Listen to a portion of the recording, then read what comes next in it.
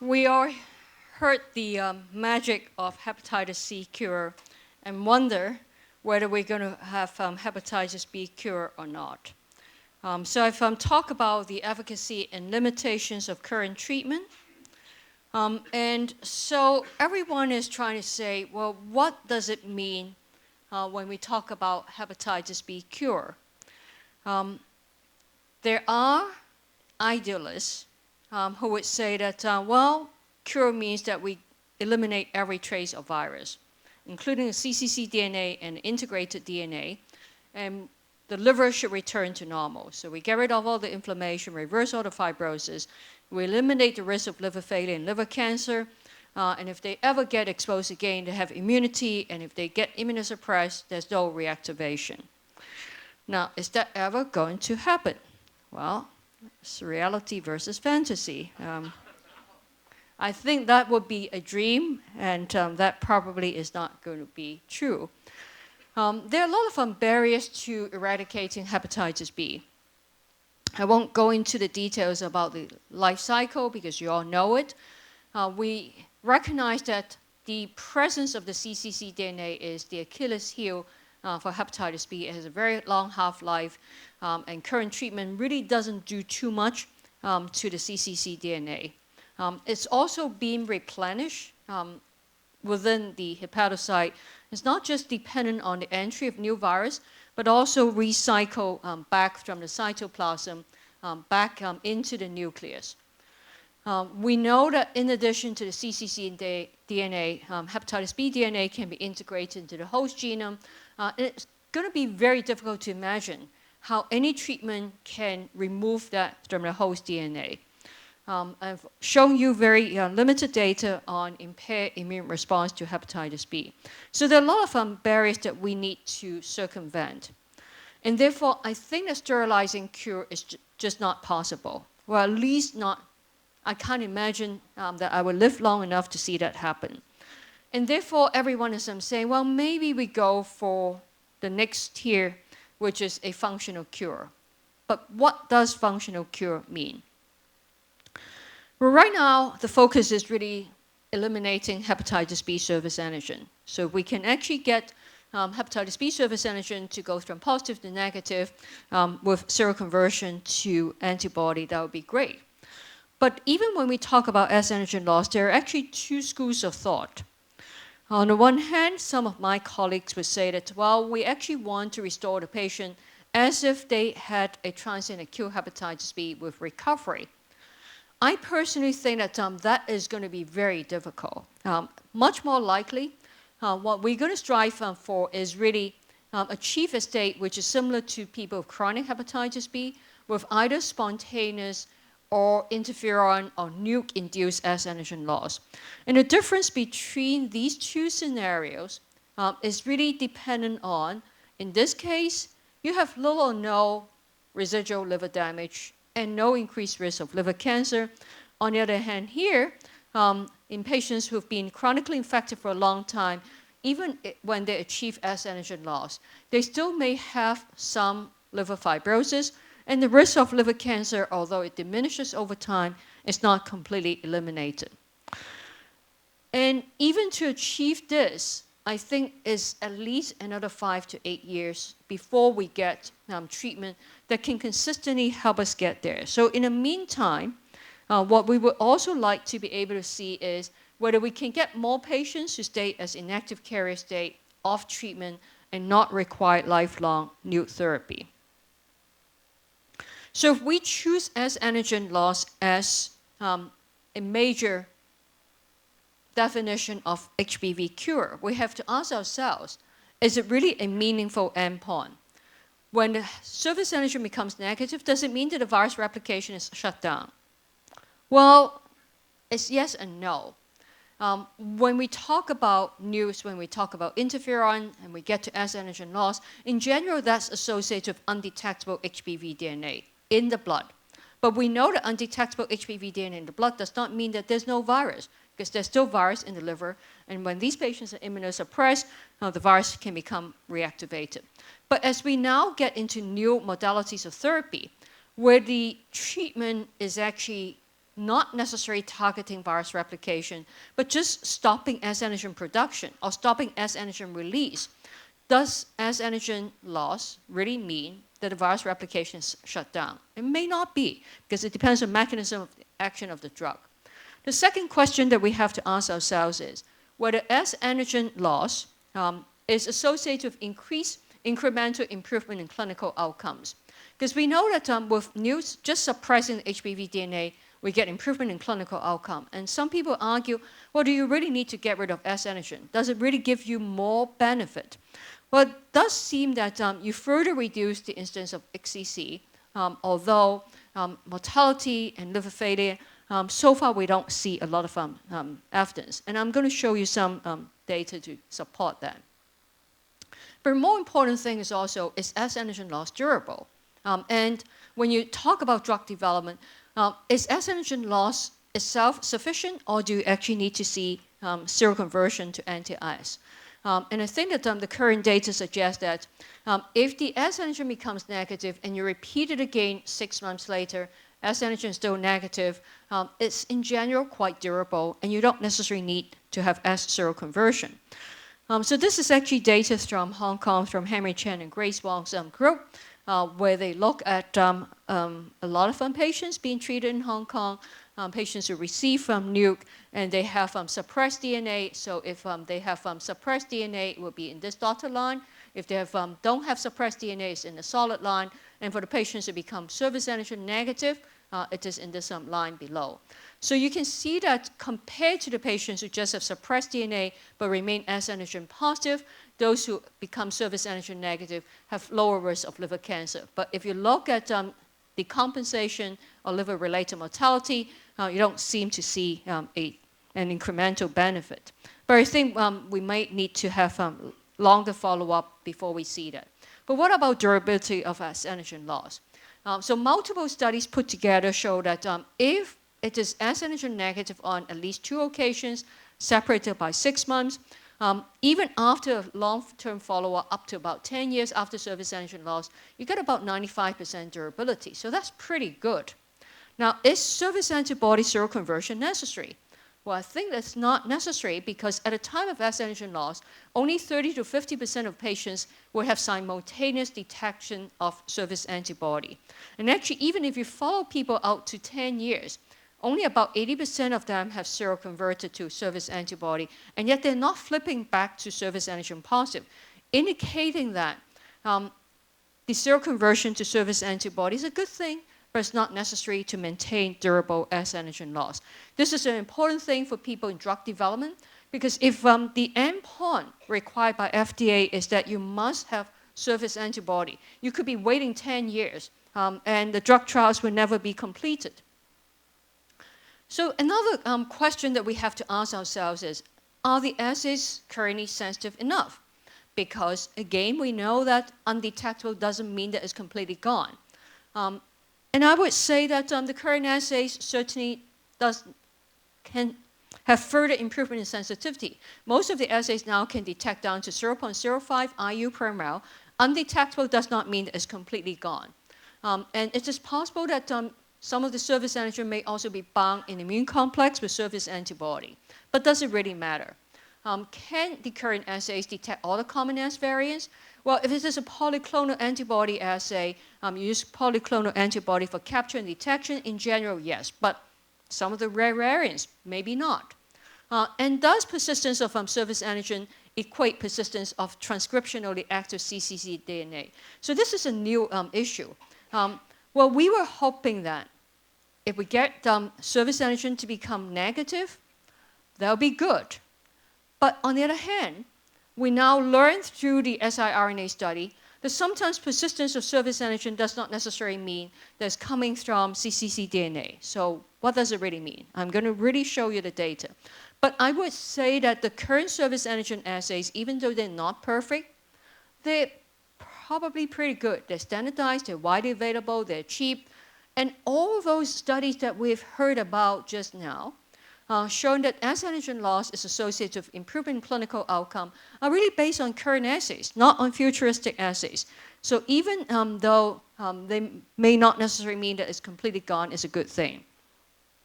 But the arrowhead siRNA study throw a monkey wrench in our understanding of S antigen. Where does it really come from? This is some siRNA approach. They try to block S antigen production. And lo and behold, they were surprised to see that it worked much better in the E antigen positive patients where they saw a drop in surface antigen, but not so much in the E antigen negative patients. And when they tried to understand the difference, and they did some similar studies in chimpanzees, what they realized was that in the E antigen negative patients, a large proportion of the S antigen is not coming from the cccDNA, but from the integrated HBV DNA. So this now put us in a conundrum. If you treat a patient with a new drug and the S antigen become positive, does it mean that it's a treatment failure? Or does it mean that it is just coming from an integrated HBV DNA, but the cccDNA transcription has already shut down? So a lot more for us to learn about. So in developing clinical trials towards hepatitis B cure, a very important thing is what would be the right endpoints. In general, we define endpoint for clinical trial is specific measurement of something that allows us to know whether the intervention is doing its job or not. And we have to define what effect we want to measure, what method we use to measure it, and when. So in treatment of hepatitis B, we obviously will be looking for virological endpoints, we'll be looking for endpoints of assessment liver disease, as well as some safety. So this is what the EASL-AASLD, FDA, EMA all agree, that when we talk about designing clinical trials for hepatitis B cure, the virological endpoint should be S antigen become negative, E antigen should be negative, HBV DNA not detectable in the blood, and the S antigen assays should have minimum sensitivity of detecting 0.05 IU per ml, and the DNA should be around 10 IU per ml. And that seroconversion to anti-S is not a prerequisite. Now, timing of assessment is going to be dependent on the mechanism of action of the drug, because with direct-acting antiviral, we might see all these results appearing sooner, but with immune modulatory therapy, it may take a little longer. It also depends on the phase of the trial. In phase 2 clinical trials, we may have to look at endpoint at the end of treatment, but knowing hepatitis B in phase 3, not only do we need to see S antigen negative at the end of treatment, but also during post-treatment follow-up to make sure it is durable. So in some ways, you can actually summarize assessment of endpoint in a table like this. For phase 2 studies, you want to assess endpoint at the end of treatment. You want to see a decline in HBV DNA as well as decline in surface antigen. By the time you get to phase 2B, you actually would like to see some patients become S antigen negative. But for phase 3, we need to look at response 6 months, at least 6 months, and maybe even 12 months after stopping treatment. And we want to see confirmed S antigen loss and undetectable HBV DNA. Now, everyone is looking at decline in surface antigen. Can it be a surrogate endpoint? The FDA and the EMA actually say no, because we're not so sure that a drop by 1 log or 2 log would necessarily predict S antigen loss. And so at this stage, they do not accept that as a surrogate. It is also important to know that when we're putting patients into all these new drug trials, many of these patients are already DNA suppressed on NUCs, and therefore looking at DNA suppression may not tell you anything because it's just a NUC, it's not your new drugs. So there are a lot of nuances when we look at new treatment. As I've mentioned, it's not just looking at virological endpoints, but we also have to think about liver disease. And obviously, we want to see improvement in liver enzymes. But it's actually tricky because we always argue what is normal for ALT. And in the current era where a lot of patients have concomitant fatty liver, the virus may be suppressed, but the liver enzyme is not completely normalized. And it doesn't necessarily mean it's the virus causing the problem. It could be due to concomitant fatty liver. So how are we going to assess it? We want to see improvement in inflammation fibrosis, but we're not going to keep doing liver biopsies. And how reliable are the non-invasive assessments? Ultimately, we want to see improvement in clinical outcome, but that requires very long duration of follow-up, which is not quite practical in developing clinical trials. The big trick about hepatitis B drug development is that we all want the new drugs to be as safe as NUCs. It is a tall order. The news is so safe with long-established safety profile.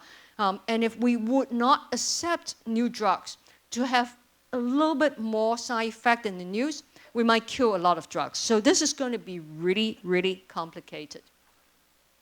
So what are the desirable therapies? Well, we would like the new drugs to be able to achieve HBV cure, S antigen loss, in a high proportion of patients. What is high?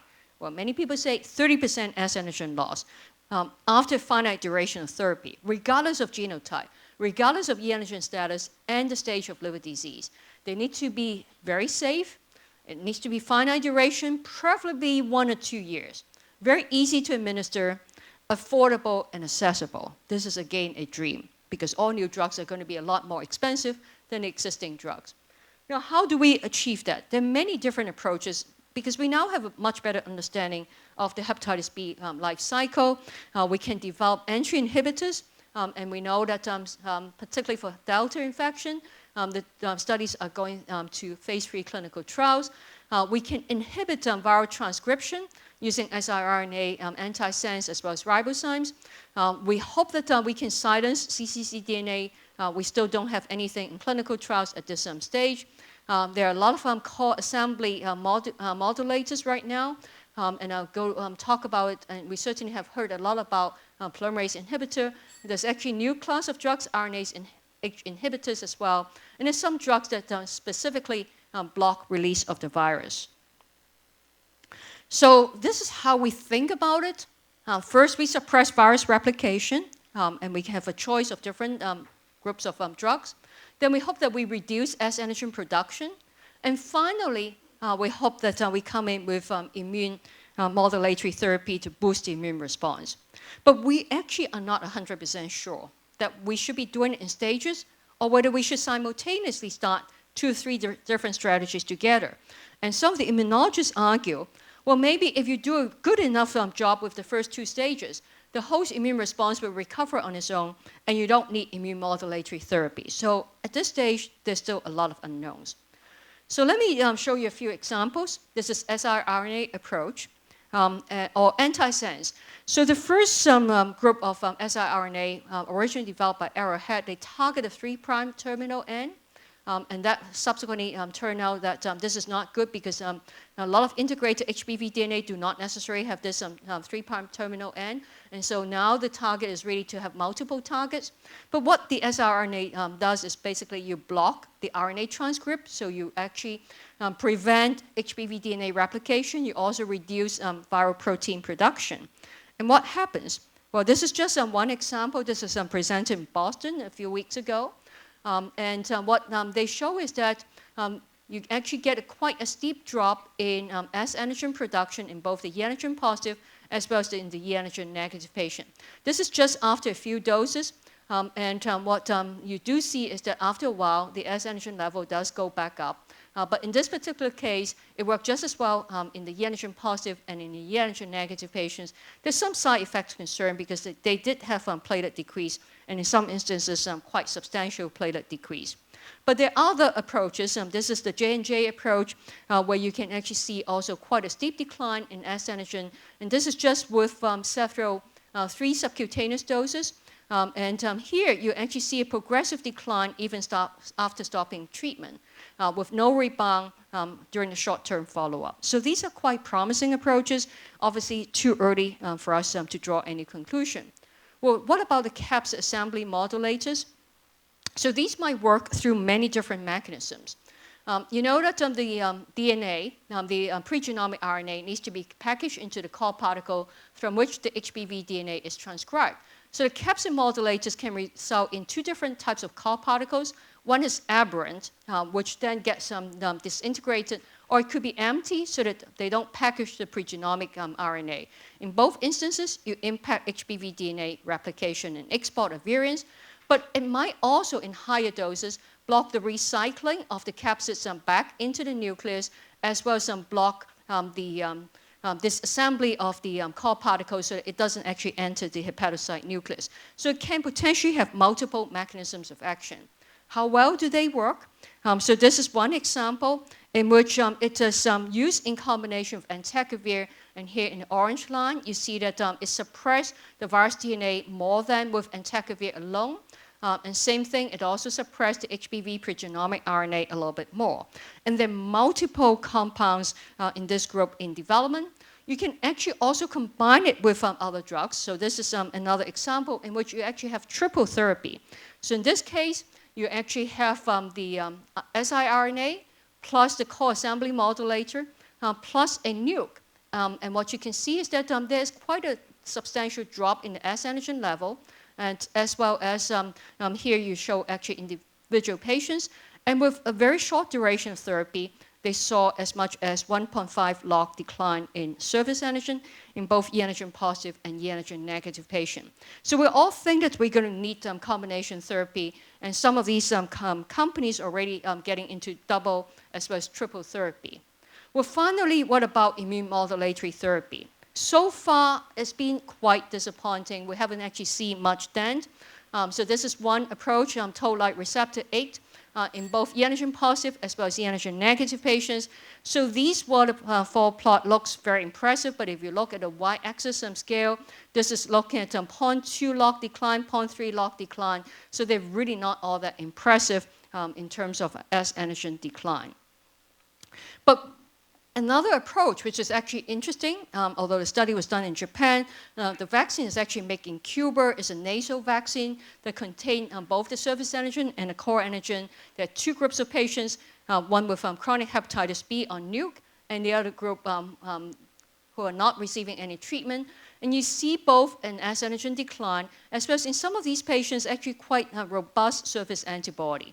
Now, this is short duration follow-up, small number of patients, so we don't really know exactly how it is going to pan out.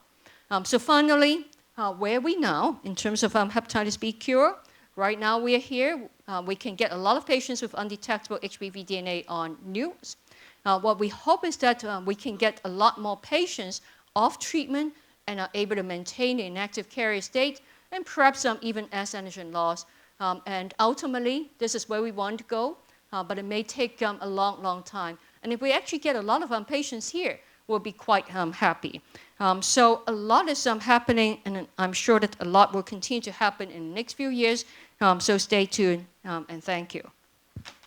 Anna, thank you again for your nice talk.